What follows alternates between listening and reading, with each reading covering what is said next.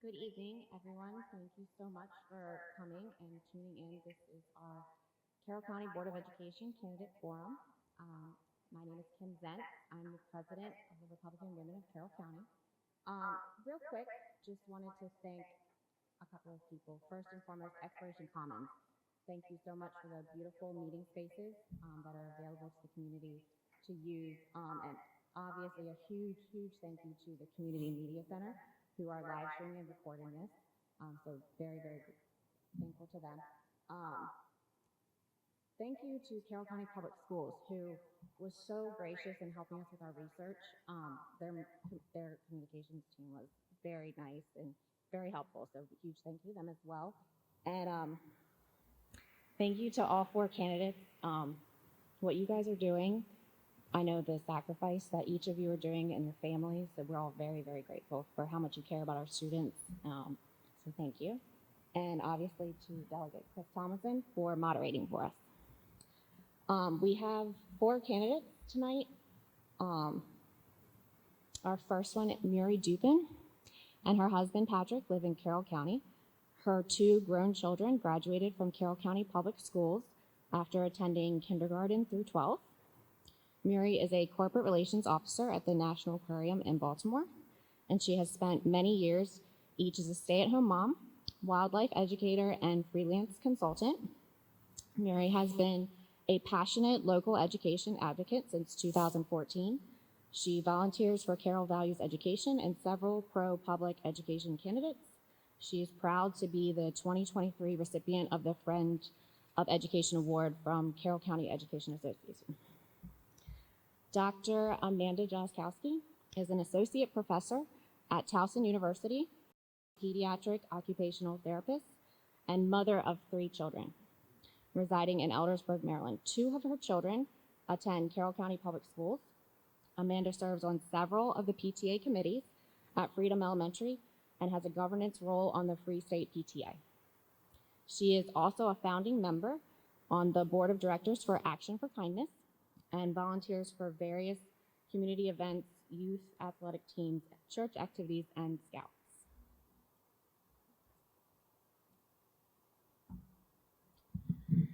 Dr. Greg Malvo is a college professor teaching writing and literature. He has a PhD in higher education and administration. He is also he has been a study abroad coordinator and international education director in higher education for more than 2 decades. He's traversed more than 60 countries and led student, faculty, and community-based study abroad programs to Africa, Asia, Central America, South America, and Europe. Greg and his family reside on a farm in Hampstead, and his son attends middle school in the Carroll County Public School System. Greg is an active father, participating in many school activities, community activities, and the local Boy Scouts troop. Greg also supports the local parent-teachers organization as an active and involved parent volunteer. Kristen Zimmer resides in her hometown of Westminster with her family. Both of her children are enrolled in Carroll County Public Schools. She's currently the president of the Cranberry Station Elementary PTA, as well as a member of the Carroll County Public Schools Curriculum Council.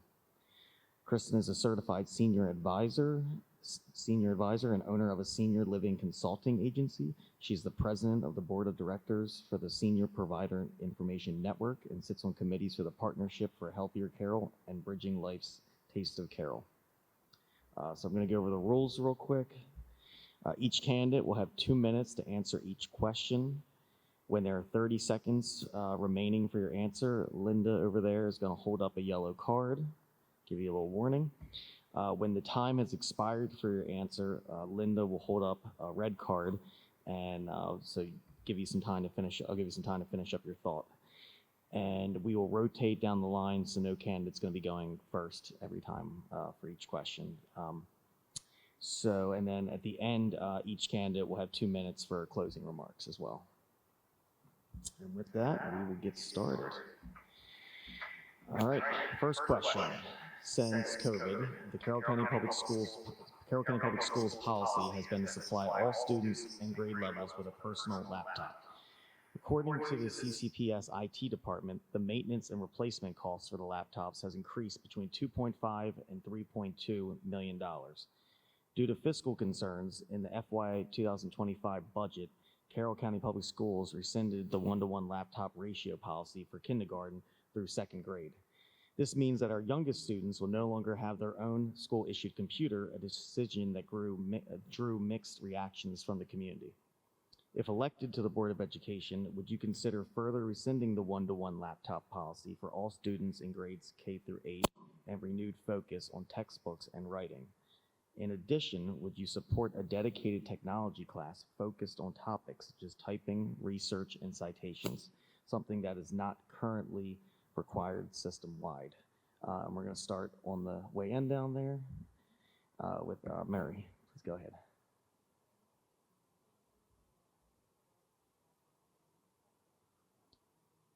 For moderating. Appreciate that. That's a really great question. I think that kindergarten through 2nd grade is an appropriate level to do that. I think that's an age where kids do not necessarily be on a screen already that much. The learning that they do at that age really shouldn't depend and rely on it. So I don't really have any issues with that. I think as kids get older and heading into middle school, it's a little bit more of a question whether I would want to rescind it quite up through that level. And relying on textbooks also gets very expensive because as soon as they're printed, almost they're out of date. So having to replace those all the time, pretty cumbersome, pretty expensive. So would need to look at the details on the costs and what it really would take to do that kind of a shift. Obviously, if the decision is being made because of expense, then that just needs to be taken into consideration. Textbooks, it's wasteful too. Then you have to rehome or recycle them after the fact. The writing and technical class sounds like a pretty terrific idea to me. There are a lot of practical skills that are skimmed over that kids need to do well and to succeed. So I would say that that sounds like a good idea to me too. Yep, you go ahead. Good evening. I'm Dr. Amanda Jiskowski, and I'm really pleased to join you tonight. This is an interesting question. So I guess it's got two parts. The first piece is about access to school-provided devices. And I think I would come at this question using my expertise as a pediatric occupational therapist. So there is a wealth of research that says that children that are asked to use devices, particularly touchscreen devices, at an early age, have limited fine motor skill development. And so I think that it's absolutely appropriate to not have students use those in the early grades, and I think that that would probably be fine all the way through elementary school. I agree with what Miri talked about with as we move into middle school and high school, as students are required to do more narrative style writing and produce written work, that it's important that they develop typing skills, and so I would support that tech course that was suggested. I think it would need to be a combination of kind of typing skills, but I would also advocate for tech and media literacy, so understanding what are the different kind of ethical concerns with consuming information, use of technology, incorporation of artificial intelligence. And so I think that there's a lot of opportunity there, and that's definitely something I would support. But you still have time. Yeah. I'd like to add that I have received several grants at Towson University to support the incorporation of open educational resources into my teaching. And so all of the teaching that I do does not require a textbook. So you have to take a lot of time and be careful with selecting appropriate materials that are available through open access. And certainly that would need to be reviewed by committees. But there's so much available now that I think that that would be something to look into as well. Thank you. Greg. Just want to take a moment as we start just to do a quick acknowledgement and prayers to send to those who are dealing with Helene and the aftermath. And I just want to acknowledge that this is an important thing that we're doing here, but I do think prayers need to go out to people who are suffering and dealing with that. Also, I just want to point out quickly that in terms of today, it's Rosh Hashanah, and it reminds us that on the 7th will be the anniversary of the day in which Israel had been invaded. And I just pray that we all can find peace. So I know I've taken a little bit of my time, but I think that's important to address. I've been a professor, I've been a teacher from substitute teacher to the college level with writing, with literature, and I feel like we need to make a big move back to the basics. And so I don't have a major issue with us not using as much focus on devices, maybe shying away a little bit from that. I'm not really concerned about typing so much. I'm more concerned about writing and cursive becoming a lost skill, and just different approaches in terms of writing and research and cultivating that, and actually touching a book in the library and physically going through the pages. So I'm a big advocate of going back to basics. I feel like the electronics have become a little bit much.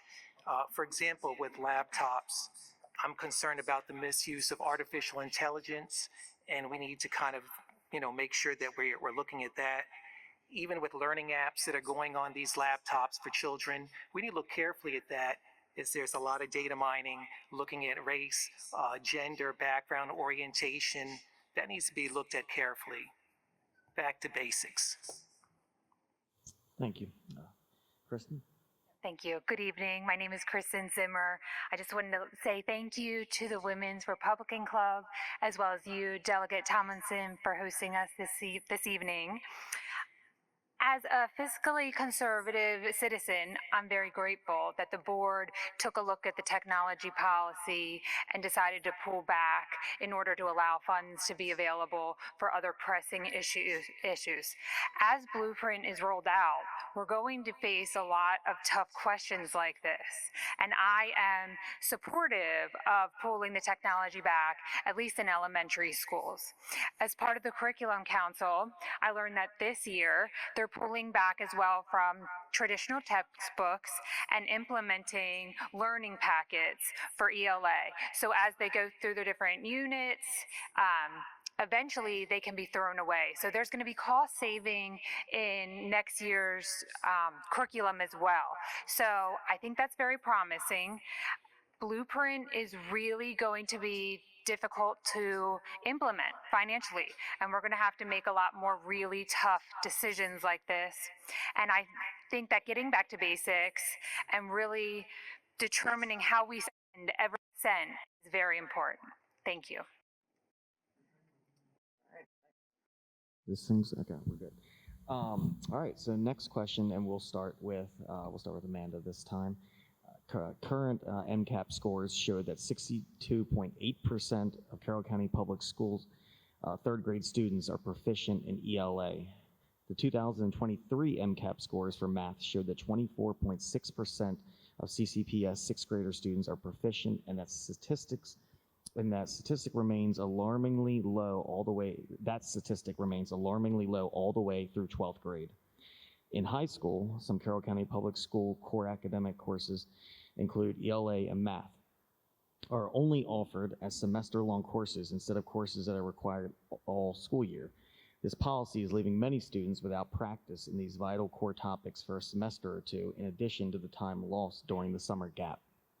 As a board member, would you consider advocating for a system-wide policy that implements year-long ELA and math, which would provide daily reinforcement for students in high school?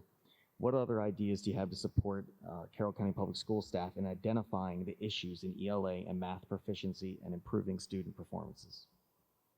Okay, thank you for the question. It's a big one. So I agree that the current test scores are not where they should be, and that we really owe it to every child in Carroll County to make sure that we're, closing gaps, especially as they relate to differences in proficiency between white students and students of color, students with disabilities, speakers of other languages, and other protected categories. Without knowing more about how extending those courses into a year-long format would affect other course opportunities, I'm not sure I'm ready to say that I would support that, but I think that that's definitely an idea worth exploring. It seems to make sense to me logically. I think in addition to that, I would want to look at the research around best practices in math education currently. So having more of a focus on problem solving and conceptual understandings. The National Council of Teachers of Mathematics promotes this approach, and it really helps students develop a deeper understanding of math concepts so that they're better problem solvers versus just strictly memorizing equations and so forth.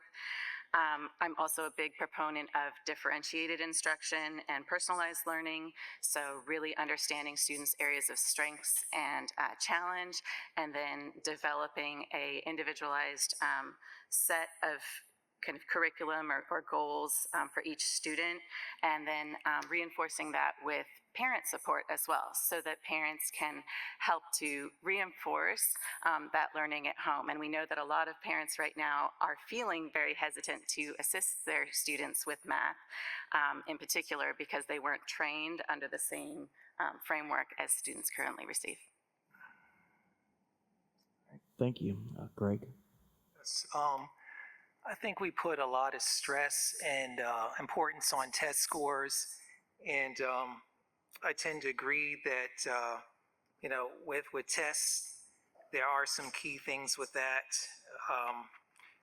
The thing is that we can't just be focused on test scores, and I think ELA and math, year-long ELA and math, I'd have to research that a little bit more and understand what would be the impacts of doing that. I will say that, there must be accountability in terms of performance and measures in education. And there have been times that the education establishment, unfortunately, has avoided a review of their work for educating our children, which has led to poor results. So test scores are an important indicator and a measure for student success, but not the only measure, and not necessarily what we need to look at. I think we need to look at two key questions here, and it relates to education. One, are children learning? And two, are high standards being met? Class time is closely focused, I think, on traditional classes and curriculum, and that's important. And I think that math, reading, writing, science, that's essential to improve student achievement. I think also in terms of grades and so forth.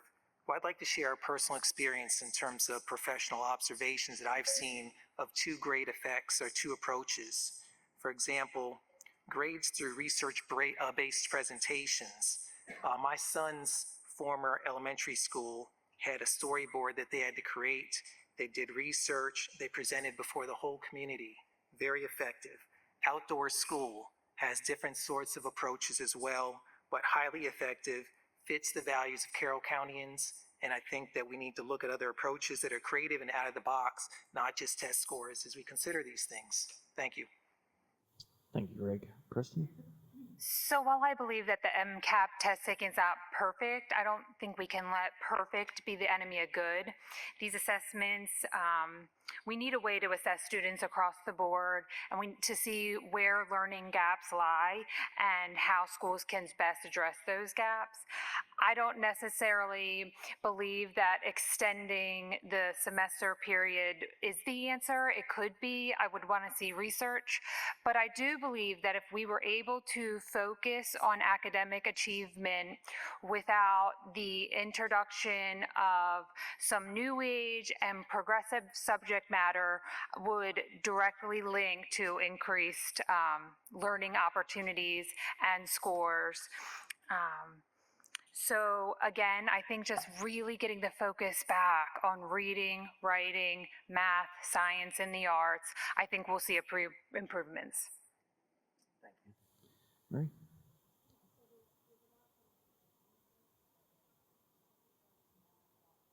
And year-long ELA and math. I'm not necessarily opposed to that, especially if it's shown to work. But the other thing with the scores and proficiencies in these areas is that you can identify at different points students that need more work, more intervention, and then be targeted about where that extra help happens.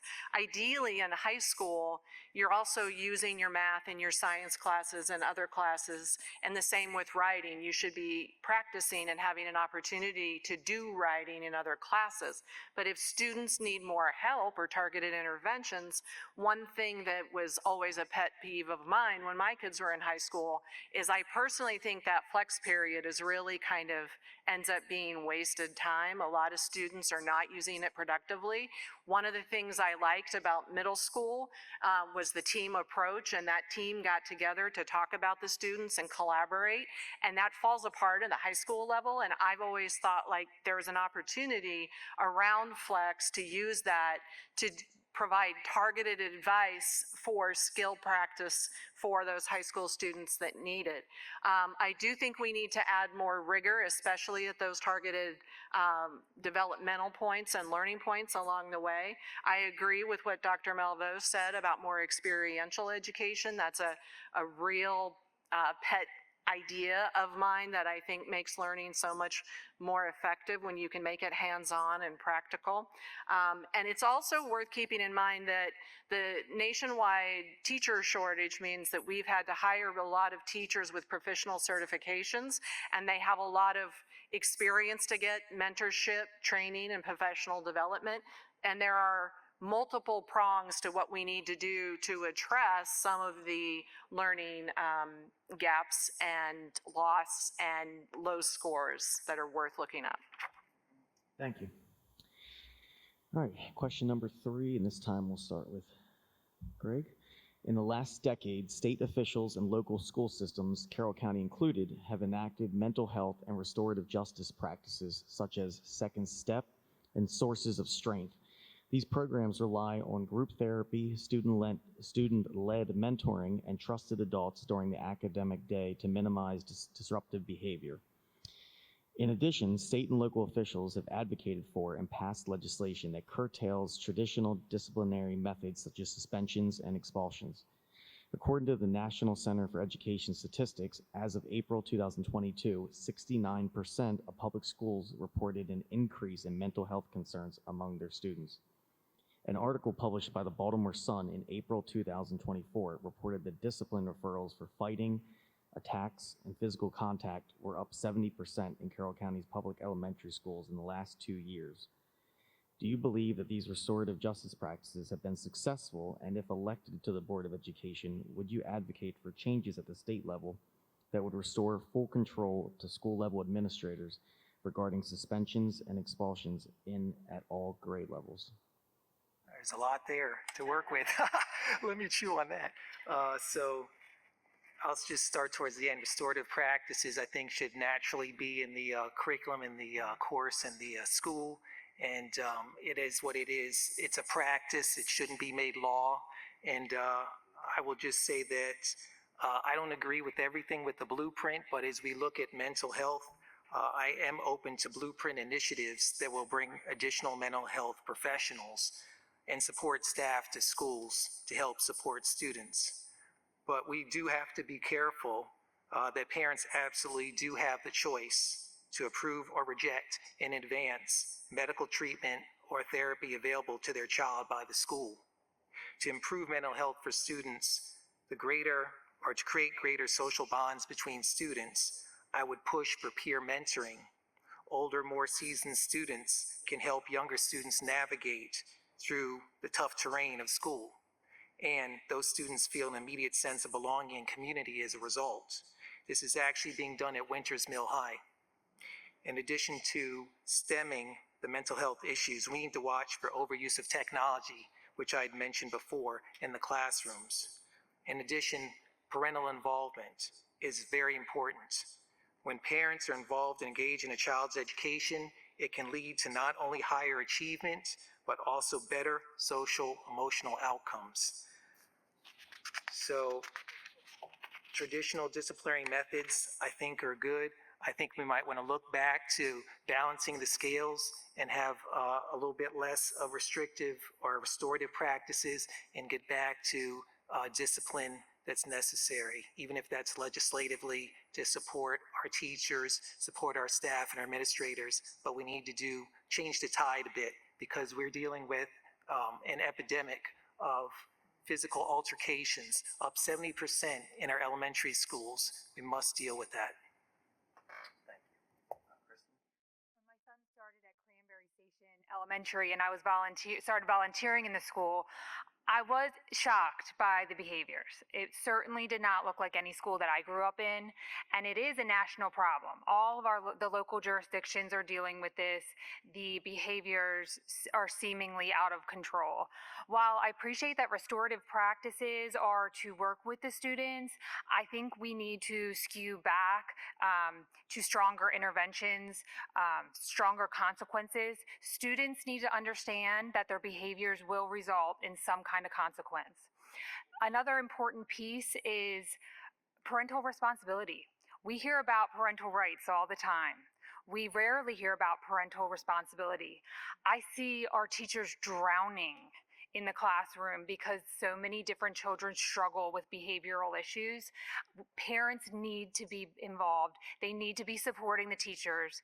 The teachers are not lying when they say that students are having these outrageous behaviors. So I come from a place where I'm a little bit tough on crime. I think there need to be stronger interventions, stronger consequences.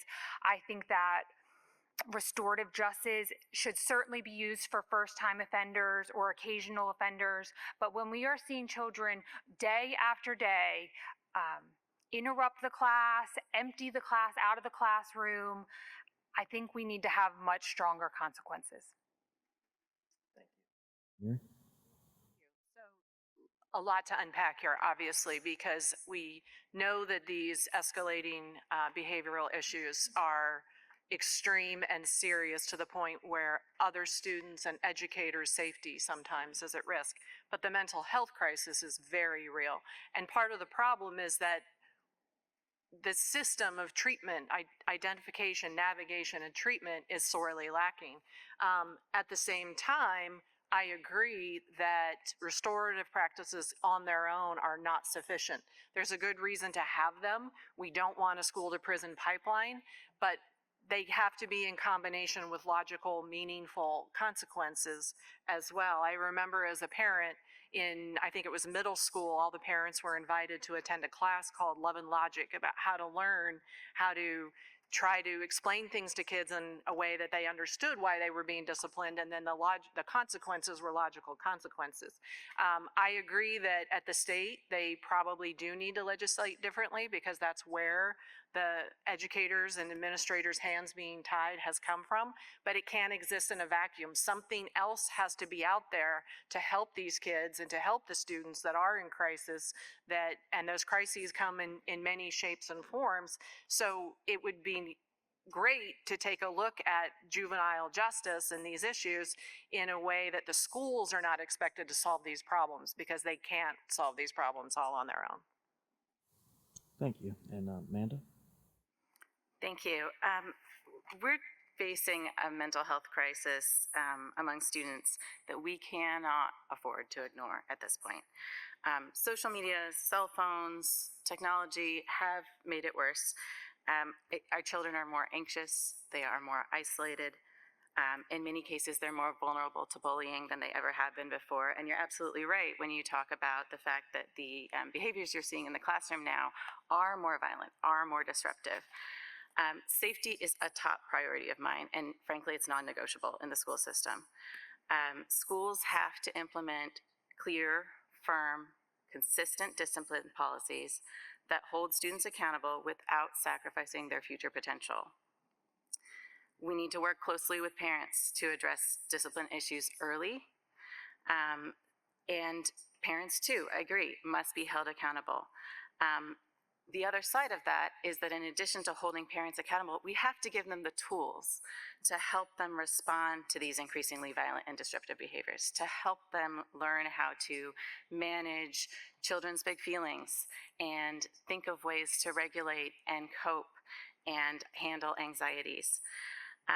So I think in addition to supporting parents and helping them understand their relationship to the school system, partnering with our educators to make sure that they're provided with the appropriate level of support, the tools and training that they need to maintain a safe and orderly classroom, and also reducing their non-teaching burdens so that they can focus more time and attention to some of these efforts. Thank you. Appreciate it. Yeah, everybody's doing really good on time, by the way. Haven't had to, this isn't like the presidential debates, haven't had to hit a button to cut anyone's mic or anything, so it's going good. All right. All right, our fourth question, which we'll start with Kristen this time on the end, and then work our way back around. The current Carroll County Public School policy regarding gender identity and use of facilities states that students are permitted to use a restroom, locker room, or dressing room that corresponds to their gender identity.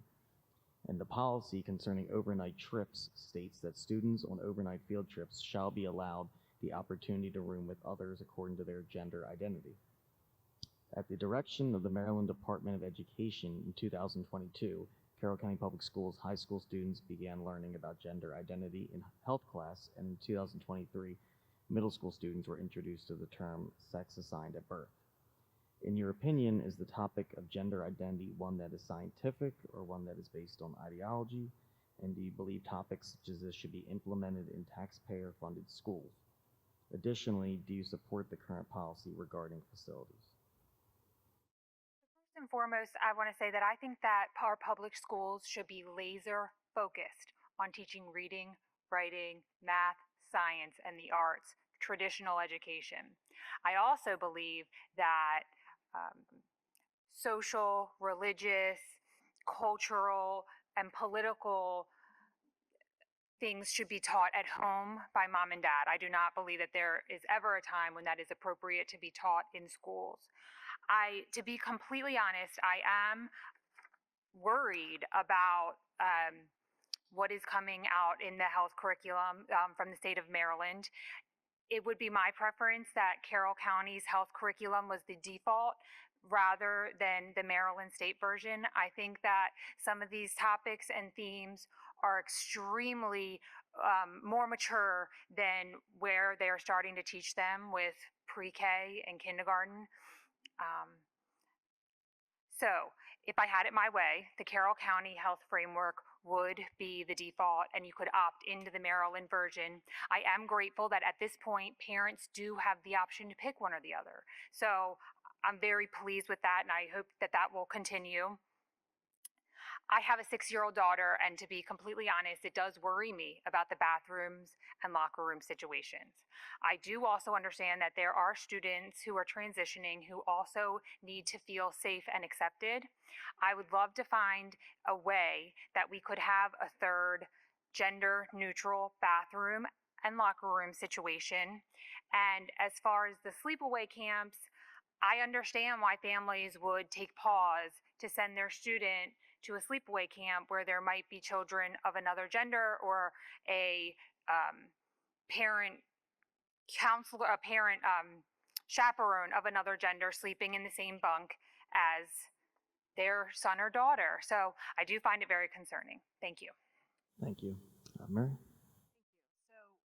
So I think that there's some misinformation on the topic that's out there, especially regarding how early students are being exposed to some of the specific material.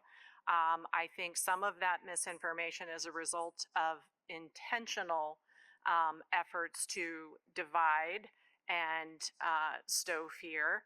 I think that the question of science versus ideology, I think that there is a distinct difference between sex and gender.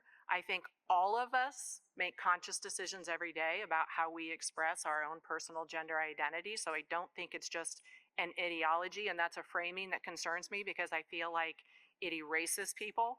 All of our kids want the freedom to be themselves and to thrive and to have a bright future. And a lot of the curriculum is designed to help make sure that those students are accepted and safe, because unfortunately they also end up bullied more frequently and have a variety of other things that happen to them in school. I think that the Carroll County policy that's set up around all of this, where any student who is not comfortable using a bathroom that others use for any reason has opportunities to go and have an alternative. The same is true of locker rooms. The overnight trips is possibly a bit more complicated, but again, I think that our kids mingle by gender in families and in neighborhoods all the time, and being sensitive and careful and monitoring and overseeing some of those situations appropriately by adults and coaches and educators can help to mitigate many of the concerns that some people have. Thank you. Amanda? So the term gender ideology, I think it's often used to really create fear and division, but I do agree that this framing is really harmful. Gender identity is not an ideology, it's a lived experience for many students. When we reduce this complex reality to a political talking point, we do risk undermining student safety and the dignity of transgender and gender nonconforming students and their family members. Our schools are meant to be safe spaces. They're meant to be a place of learning where every student feels respected and supported. We have to ensure that our policies reflect that, but in fact, our policies already do reflect that. At both the state and the Carroll County levels, the neutral restroom and locker room is already an option, and I support that. So making sure that schools are offering that when students request it is where we need to make sure that that's actually happening and being enacted as written in policy. I think that these are topics that can stir up a lot of emotion, and especially for parents, but I think that everybody in this room can agree that we think every student deserves to feel safe and respected in their space of learning. And it's not a political stance, that's Title IX. And so we have to make sure that our schools and our policies reflect that stance. Thank you. And Greg? We're all caring parents here, and I think we all want the same thing. Basically, we want all of our children to be safe, protected, not bullied, and I think we can all agree on that. I don't think that's the question so much. I'll just say it very directly that I believe this is a matter for parents and their children. The parents should decide what avenue to take for their child without the interference of government. With gender identity, each family needs to address this in their own timing and context. It needs to make sense in the home environment and within values that they keep. It's important for all students, as I said, to be respected and accommodated within reason. Perhaps a restroom in the nurse's office, that sort of thing, to resolve that discomfort. But the gender labeling can create confusion. The policy in place requires that there is a meeting between parent, teacher, and child, and I support this policy. And ultimately, these matters are for the parents and children to decide as a family. I don't think that a teacher should say anything to a child that they would not say or suggest with the parent present. Thank you, Greg. All right, and so for our next question, we'll start back where we started, on the other end. Carroll County Public Schools now has a data dashboard available on its website that allows citizens to view quick facts about various topics. Under Pillar 3 of the Carroll County Strategic Plan, develop and support a successful workforce. Carroll County Public Schools has indicated the ethnicity of teachers in 2023 and their target by ethnicity for 2024. Pillar 3 shows that the school system had 94% white teachers in 2023 and is targeting recruitment efforts to drop that number to 78% white teachers this year. What are your thoughts about this and how it relates to overall diversity, equity, and inclusion efforts in hiring? Thank you so much for the opportunity to talk about this. So a couple of things. One is that it is mandated by the state that school systems are supposed to try to have a diverse workforce that is reflective of the community they teach. So it doesn't happen in a vacuum. And one of the reasons for that is it's been pretty well documented that representation matters, and students do better when they can see themselves in their teachers and in their leaders. And in fact, there's even some information that says that a more diverse workforce ends up raising the performance of all students regardless of ethnicity or race. So there are good reasons to do this, and the targets are largely set by trying to have something that's reflective. Now, the thing with strategic plans and setting metrics and coming up with goals is it's very easy to set a target that's not reachable and attainable.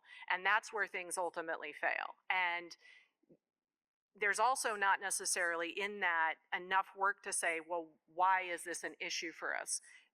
There are a lot of practices that are put in place, and they're covered in the reports and the presentations that are done on Pillar 3 when the board meets and they discuss it.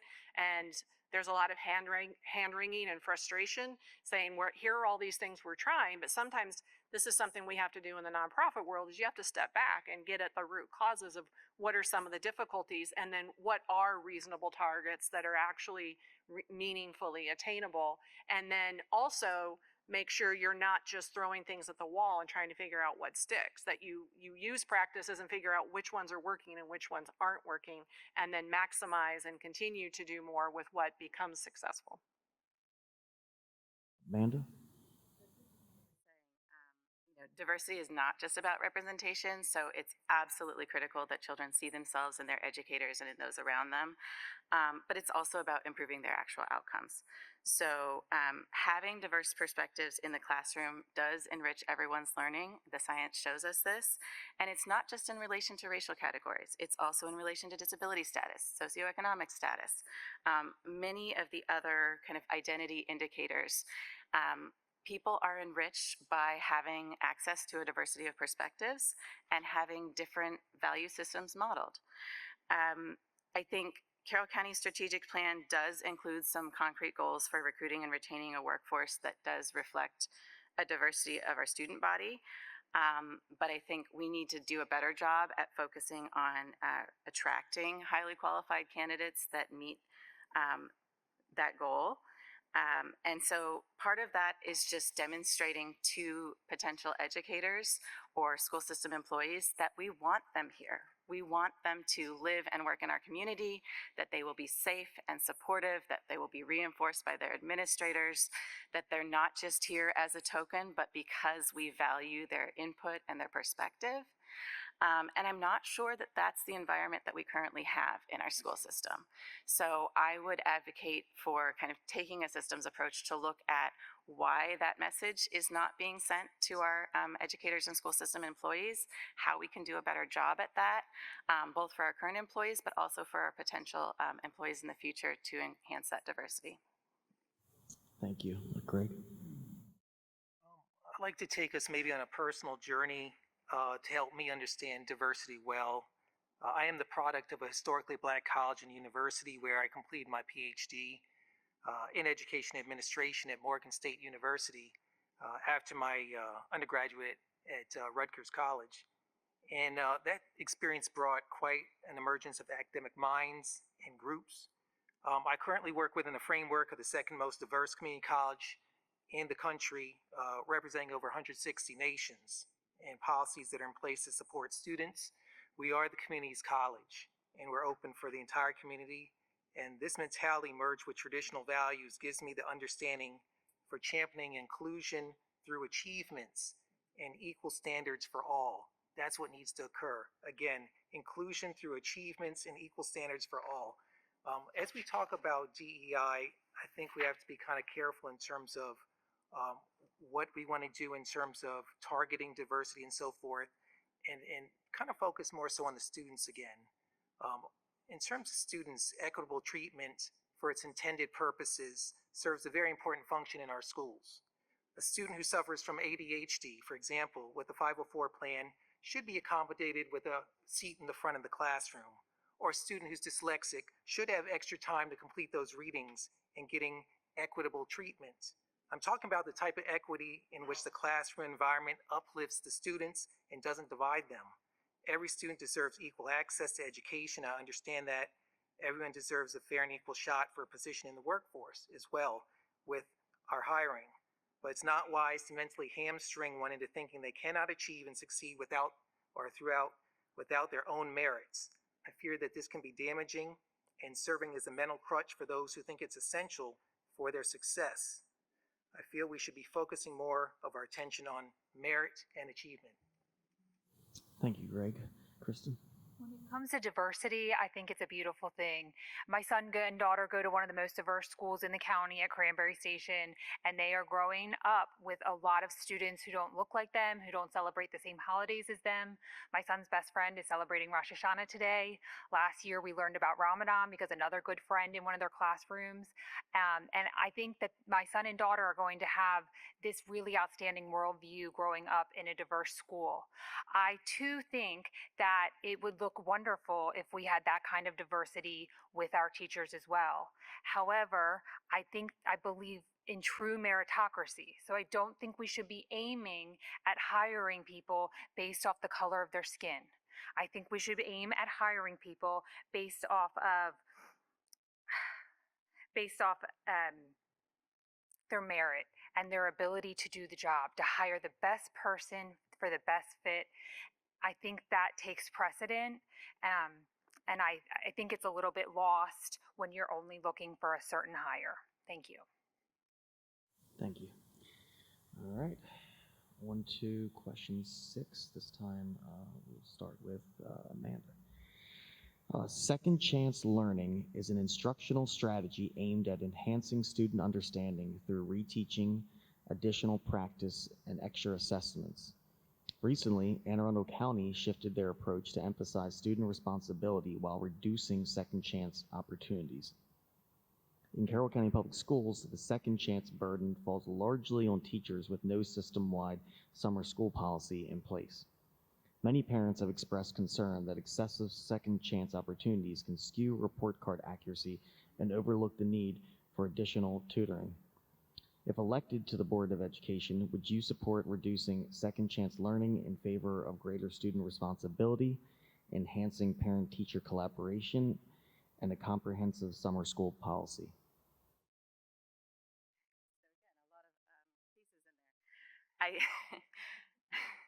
So I think that one of the things we need to do, again, is always go back to the data, right? So I am a data scientist, and I want to know what the evidence says about the relationship between decisions that are being made and student achievement outcomes. One of the things that I would advocate for is increased opportunities for formative assessments. I think that this can be done through some of those kind of second chance opportunities, maybe reformulating that in some way. But giving frequent low stakes feedback to students so that they know how they're doing, so that their parents are clued in.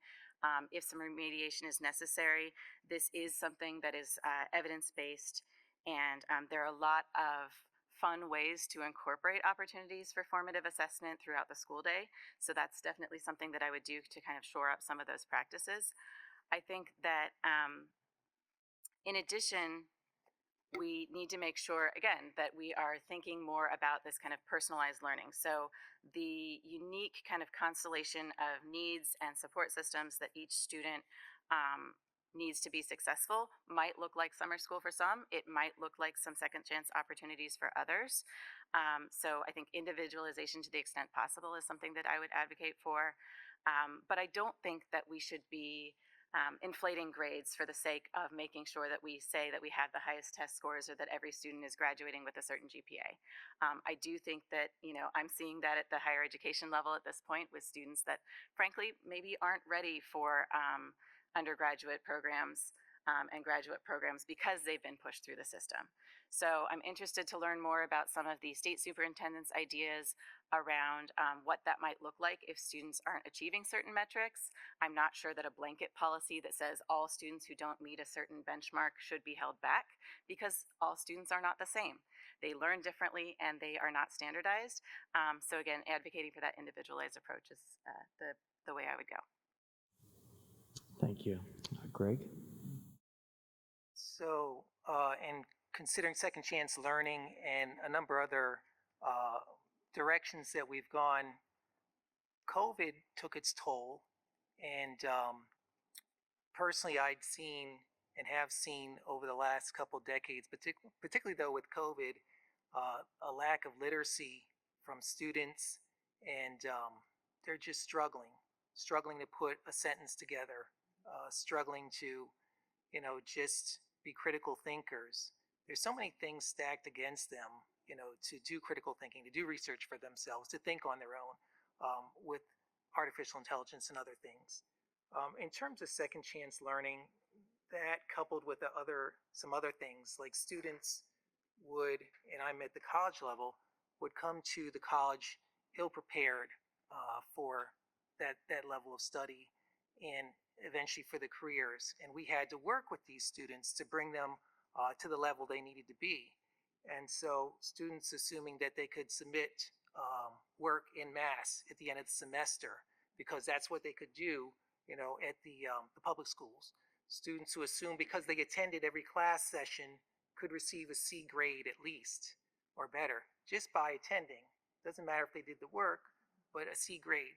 So I'm a little concerned about what the second chance learning in terms of, what kind of message is it sending for our students in terms of the work world when they get into the workforce, and can they submit that project or that proposal late and continue to do that at their job? You gotta be careful of that. Thank you, Greg. Kristen? I always think that student responsibility should be paramount, but it's also, we're talking about the 12, if you include pre-K, we're talking about 13 different grades here. So I think that there's a big difference when we're talking about elementary and even middle and when we're talking about high school.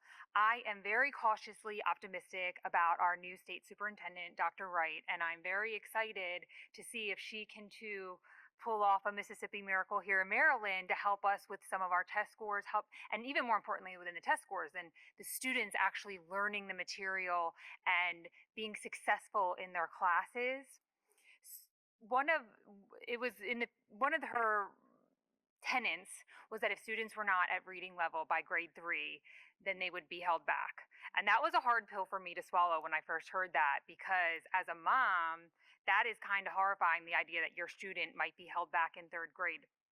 However, I think by having that in place, I think that's going to motivate parents, motivate students and teachers. What can we do? What stopgaps can we put in place? We have to get this student back on track, because being held back a year is a pretty major thing. So again, I think I'm very excited for Dr. Wright to be rolling out these programs. I think that there should be a little bit of wiggle room, because not every student is the same. And I always default to having the parents involved in that conversation. But if it means that we're going to set the student up for success moving forward through the rest of their school career and then into their actual career, I am actually a proponent for making sure that they're on level, they're right where they should be. And if they are not, let's give them another year to get there. Thank you. Yuri? Thank you. So a couple of things about that.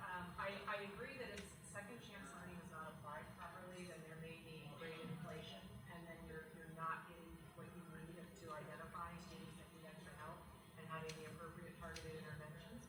On the other hand, though, without second chance learning, if the student starts falling behind early, then they're behind, and they're going to stay behind if they don't have those opportunities to enrich, enhance, relearn whatever material they need before moving on to the next lesson. Everything is building on itself, and you almost assure that that student is going to need to either retake a grade, retake a class, or go to summer school. I think it would be great to have robust summer school. Honestly, if I had my way and I could wave a magic wand, we would actually have year-round schools. But because I attended one growing up, and they're pretty great actually. But so I wouldn't get rid of it altogether, because I think that almost ensures that children are not going to be where they need to be. Students are not going to be able to keep up and stay on track. More summer school, unfortunately, is going to have an expense associated with it, and there are budget considerations there, versus being held back and repeating a grade. I also am very optimistic and hopeful that Dr. Wright at the state level can do the great work here that she did there, but she already got all this pushback to being retained, and they've already decided to modify the policy because parents got very upset about that. So this is another one of those places where parents have to be partners, and so coming up with a plan for a student that needs extra help and bringing the parents in as partners to help implement that plan with those targeted interventions is probably a better way to go. And finally, I would just say that what I would want to find out to answer all of these questions too is to sit down and find out what educators say is necessary, what educators say is going to work, what educators say they can actually implement and deliver. Thank you. All right, and we are on to the last question, so everybody can breathe. We're almost done here. And I think this one we're with Greg, I think, for the final question. You'll start us off. All right. In recent months, due to budget constraints, both Frederick and Montgomery counties have either greatly reduced their virtual learning programs or laid out plans to eliminate the program.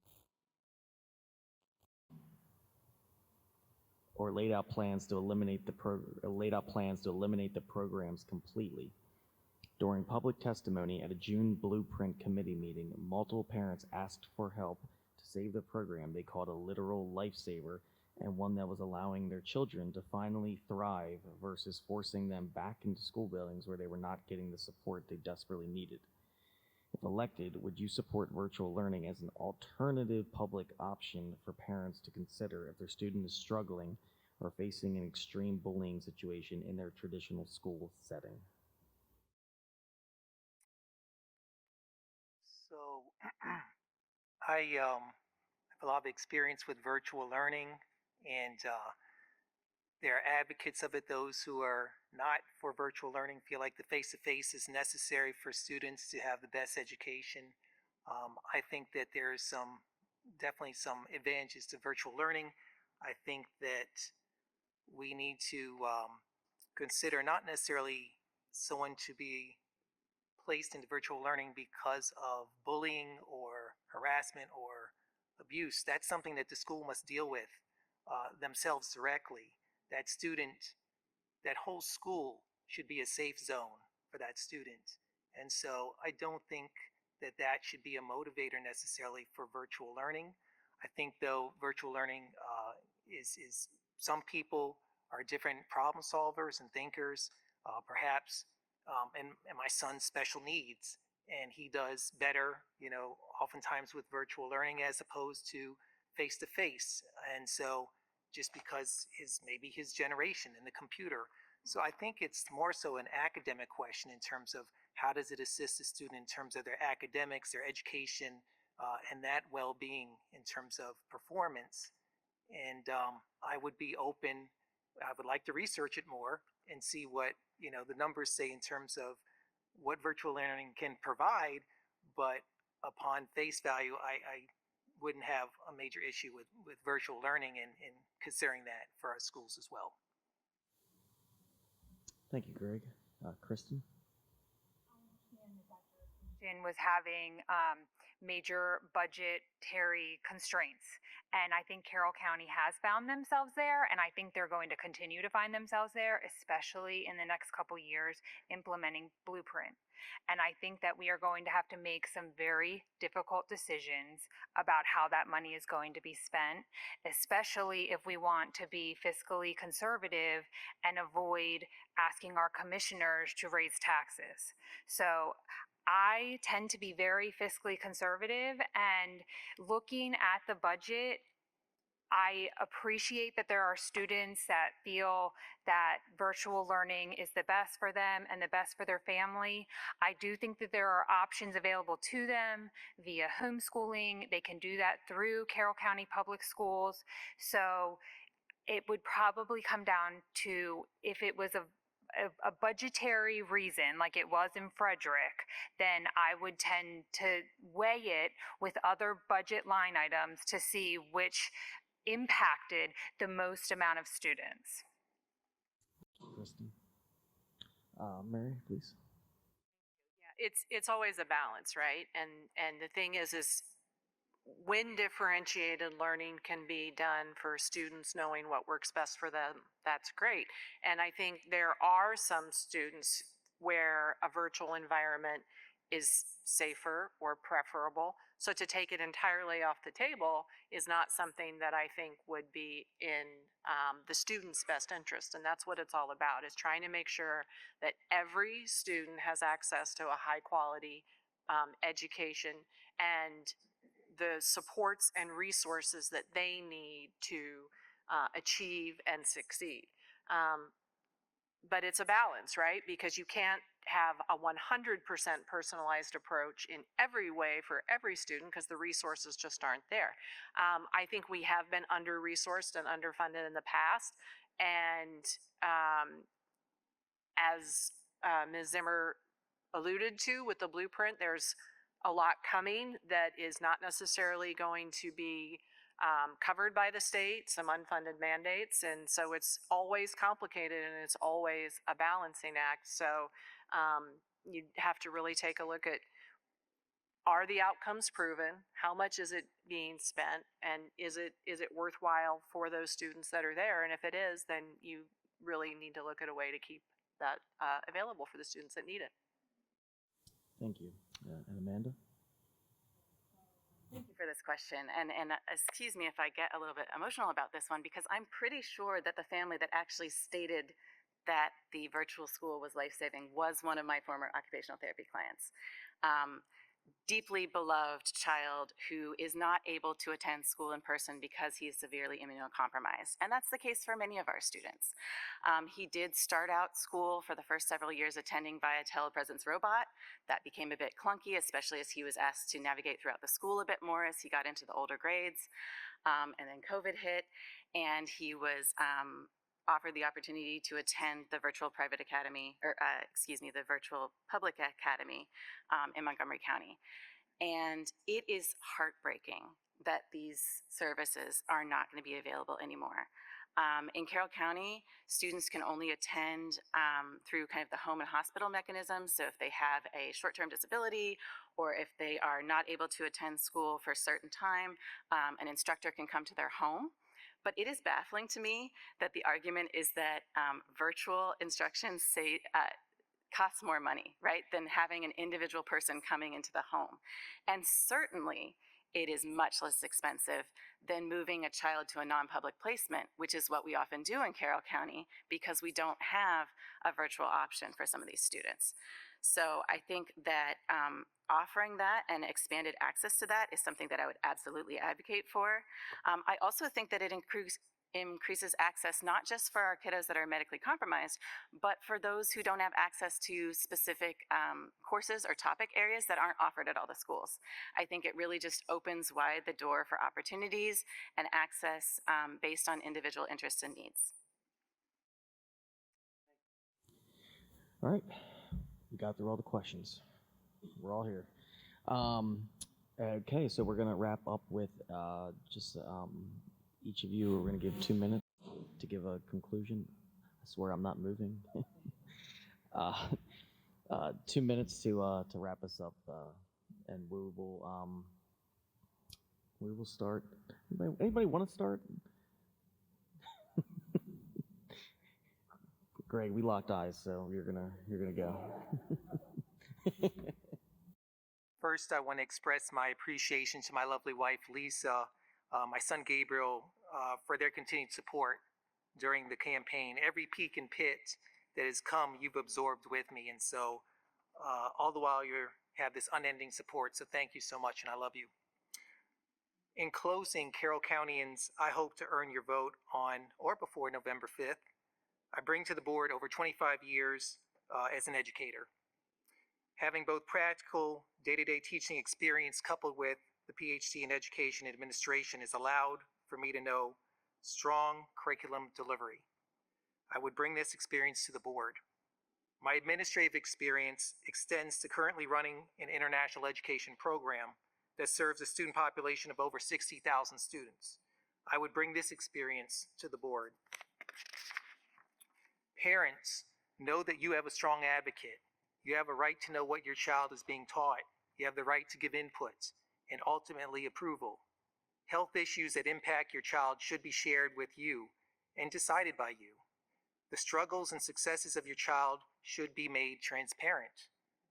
As a parent of a Carroll County Public School student who happens to have special needs, you can know that I will push to see that unique needs of every child be respected and addressed. This is why I favor more classroom resources to come to special education and special needs programs in schools, and I will push for it. Carroll County still has the best school system in the state, and I plan to keep it that way. I have the support and endorsement of the majority of our elected officials, legislators, commissioners, voting Board of Ed members, and many mayors. I have the support of those leaders because they believe I stand for the values of Carroll County. Please visit my website at gregmalvo.org to learn more about my campaign and myself. And again, I do hope to earn your vote, whether early voting or November 5th. Thank you. Kristen? Thank the Republican women again and you, Chris Tomlinson. I'm grateful to Exploration Commons. I'm a lifelong Carroll County resident. I grew up walking to this library with my mom right there. We spent a lot of time in downtown Westminster, and this place is truly my home. I'm grateful that I live just 3 miles from my childhood home. I'm 5th generation here. I decided to leave corporate America to open my business here in Carroll County in my hometown. And when it came time to send my kids to school, I was very proud to enroll them in Carroll County Public Schools. I am about as great of a stakeholder as you can find. I live here, own my home here, work here, play here, we're here all the time. I eat, breathe, and sleep Carroll County. I love this place. I'm passionate about education, community, and public service. I think public schools should have a laser focus on academic achievement and traditional education. I think we should be teaching our students reading, writing, math, science, and the arts. And I think that we should get back to basics. If my values, traditional Carroll County values, resonate with you, I hope to earn your vote on November 5th. Again, my name is Kristen Zimmer. My name will be the very last name on the entire ballot, but I will always put Carroll County Public Schools first. Thank you. Thank you. And Mary? And again, thank you to all of you who are here and all of you who are watching now live or even later for being engaged and interested in the success of our school system and the students attending school. I have been an advocate for our school system for over 10 years, fighting for the resources and other things that our educators and students need to be successful. And I have this strong commitment to a public education, the promise of a public education. And a lot of that was formed by the way I grew up. I was in a Navy family. We moved around a lot. I went to a lot of schools. Schools were this amazing community that brought all kinds of different people together on common ground around common values, and they were a lifeline for me in moving around all the time. And they should be that in every community, and I want to be an advocate to help do that for our schools. Now, there are significant challenges, and the stuff is not easy. And another reason that I think I'm a good person to have on the board is I love solving problems. I love facing challenges and trying to help find a better way or fix an issue. And I also love the idea that we should continue to make our schools fun, centers of community, and to be able to come together where everybody is welcome and everybody is enriched by the experience of being a student or a family. I'm proud to say that I am endorsed by the Carroll County Education Association and the Carroll Association of School Employees. They have decided that I would be one of the best candidates to represent them and serve our students. And I would humbly ask for your vote. Again, my name is Murray Lynn Dupin, and my name is the first name on the ballot. So hopefully it'll be very easy to find, if not easy to say. All right, and Amanda, take us home.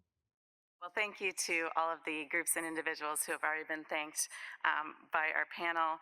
I also wanted to wish Happy New Year to those celebrating Rosh Hashanah, and continued wishes of peace and healing for all of those communities that are affected both by war and by natural disaster. I'm running for school board because I believe in the power of public education to transform lives and to build a strong, unified community. As an occupational therapy professor, a mother of 3, and a longtime advocate for students and educators, I've seen firsthand the challenges of our schools face. But I've also seen the tremendous potential we have to provide every child with the opportunities that they deserve. Public schools are at the heart of our community. They are where our children learn not only the 3 R's, but also how to become engaged citizens, critical thinkers, and compassionate neighbors. My vision for the Board of Education is one that puts students first, focusing on practical, real-world education, ensuring fiscal responsibility, empowering educators, and fostering that sense of belonging and safety for every student. I do understand that in a diverse community like ours, people hold different values. That's okay. I'm not here to impose my beliefs on anyone. I'm here to listen, I'm here to serve, I'm here to make decisions that reflect the needs of every family in Carroll County. Whether you're concerned about curriculum or school safety or ensuring your child is reading at grade level, I promise to listen and to represent your voice on the board. What sets me apart from my opponents is my commitment to working collaboratively. While some seek to divide us by making our schools a battleground for partisan politics, I believe our schools should be a common ground where we can come together for the benefit of our children. I have the experience, the skills, and the heart to do that. I'm proud to have the support of educators, parents, and community members who trust me to make thoughtful, data-driven decisions that put students first. All right, thank you. Let's give all of our candidates a round of applause.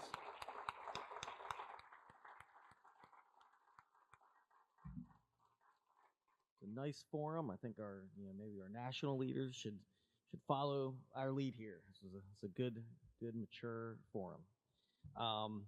So I've got a final announcement here just to remind everybody that the Exploration Commons crew, which let's give them a round of applause, them in the media center.